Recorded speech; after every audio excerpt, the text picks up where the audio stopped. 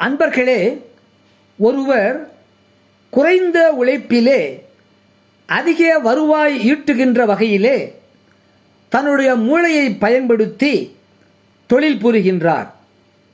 மேலும் அவர் கடன் ஏதும் பெறாமல் தன்னுடைய சிறிய முதலீட்டிலேயே அதிக வருவாய் பெறுகின்றார்.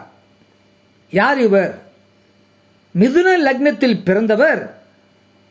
அந்த லக்னத்திற்கு 10ஆம் இடமாகிய மீனத்திற்கு அதிபதியாகிய குரு பகவான் அந்த லக்னத்திற்கு 5ஆம் இடமாகிய துலாத்தில் இருந்தால், அந்த மிதுன லக்னத்தில் பிறந்தவர் குறைந்த உழைப்பிலே அதிக வருவாய் வருகின்ற வகையிலே மூளையை பயன்படுத்தி தொழில் புரிவார்.